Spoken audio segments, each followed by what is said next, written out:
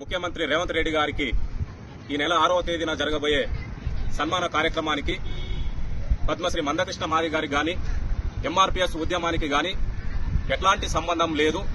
ఇది మందకృష్ణ మాదిగ గారి అనుమతితోటో మందకృష్ణ మాదిగ గారికి సమాచారం ఇచ్చో జరుగుతున్నటువంటి కార్యక్రమం కాదు అని చెప్పి ఈ సందర్భంగా మాదిగ స్టూడెంట్ ఫెడరేషన్ గా మేము స్పష్టం చేస్తున్నాం. ఇది మనం ఆల్రెడీ ప్రభుత్వము మాదిగ జాతికి వర్గీకరణలో రావాల్సిన జనాభా దామాషం ప్రకారం రావాల్సినటువంటి వాటా దక్కలేదని చెప్పి, అదేవిధంగా గత నోటిఫికేషన్ లో కూడా వర్గీకరణ అమలు చేస్తారని చెప్పి ముఖ్యమంత్రి మాట ఇచ్చి ఆ మాట తప్పి డిఎస్సీ ఫలితాలలో గ్రూప్స్ ఫలితాలలో వర్గీకరణ లేకుండా అమలు చేయడం వల్ల మాదిగ నిరుద్యోగులు వేలాది మంది నష్టపోయారు. మనం ప్రభుత్వంతో అసంతృప్తిలో ఉన్నప్పుడు సన్మాన కార్యక్రమాలు ఎట్లా చేస్తారు? ఇది ముమ్మాటికి జాతి ద్రోహం అవుతుందని చెప్పి ఈ సందర్భంగా తెలియజేస్తున్నాం. ద్రోహుల పట్ల జాతి ఎప్పుడు అప్రమత్తంగా ఉంటుందని కూడా ఈ జాతికి మందకృష్ణ మాదిగ గారు నాయకుడు అన్న ఇచ్చే పిలిపే మాకు శిరోధార్యం అని చెప్పి ఈ సందర్భంగా తెలియజేస్తున్నాం. ఖబర్దార్ మాదిగ జాతి ద్రోహులారా, ఖబర్దార్ మాదిగ జాతి ద్రోహులారా. ఈ ఆత్మగౌరవాన్ని ప్రభుత్వం దగ్గర తాకట్టు పెడుతున్నటువంటి ప్రొఫెసర్ కాసిం గారికి ఈ సందర్భంగా ఒకటే గుర్తు చేస్తా ఉన్నాం. తెలంగాణ ప్రభుత్వం 11% ఎస్సీ రిజర్వేషన్ల వర్గీకరణ ప్రకారం మాదిగలకు 11% రావాలంటే మందకృష్ణ మాదిగ గారు కొట్లాడుతుంటే 9% ఇస్తే చాలని చెప్పినటువంటి లోపాయికార ఒప్పందం చేసుకున్నటువంటి ఇలా మాదిగ మేధావుల ముసుగులో ప్రొఫెసర్ కాసిం కాదాని సందర్భంగా గుర్తు చేస్తా ఉన్నాం.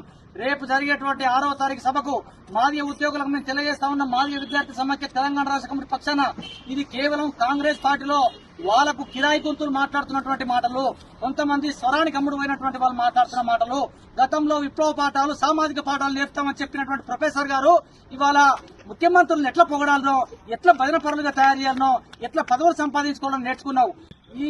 ఈ జరిగేటువంటి మొత్తం కుట్రలు కూడా మాదిగ జాతి గమనిస్తా ఉంది. ఈ కుట్రలన్నీ కూడా తిప్పికొట్టేటువంటి సమయం ఆసన్నమైందని గుర్తు చేస్తూ ముగిస్తున్నాం. కాసింకి ఒకటే హెచ్చరిక కూడా చేస్తున్నాం, ఒకటి కూడా గుర్తు చేస్తున్నాం. నీ బతికేంది కాసిం? 17వ స్థానంలో ఉన్న నువ్వు ఇలా ఉస్మాన్ యూనివర్సిటీలో ప్రొఫెసర్ ఎట్లయినావు? దానికి మందకృష్ణ మాదిగనే నీకు భిక్ష పెట్టిండు. నీకు జన్మనిచ్చింది నీ తల్లిదండ్రులు అయితే నీకు ఉద్యోగ భిక్ష పెట్టింది మందకృష్ణ మాదిగ కాదా? నీకు ప్రాణ భిక్ష పెట్టింది మందకృష్ణ మాదిగ కాదా? నేను అడుగుతున్నా. నిన్ను మహావయస్సులతో సంబంధాలు ఉన్నాయని ఎన్ఐఏ కేసులు పెడితే 2 సార్లు నేను విడిపించింది, నీకు ప్రాణభిక్ష పెట్టింది, నీ కుటుంబానికి రక్షణ కల్పించింది మందకృష్ణ మాదిగ కాదా అని అడుగుతున్నా. ఉద్యోగుల ప్రయోజనాల కోసం మనం ముఖ్యమంత్రిని కలవాలంటున్నాం. ఏం ముఖ్యమంత్రిని కలవకపోతే ఎంఆర్పీఎస్ అనేది ఎన్నడూ కూడా పోయి లాలూచిపడి ఎన్నడూ కూడా పోయి ముఖ్యమంత్రుల దగ్గర సలాం చేయలే.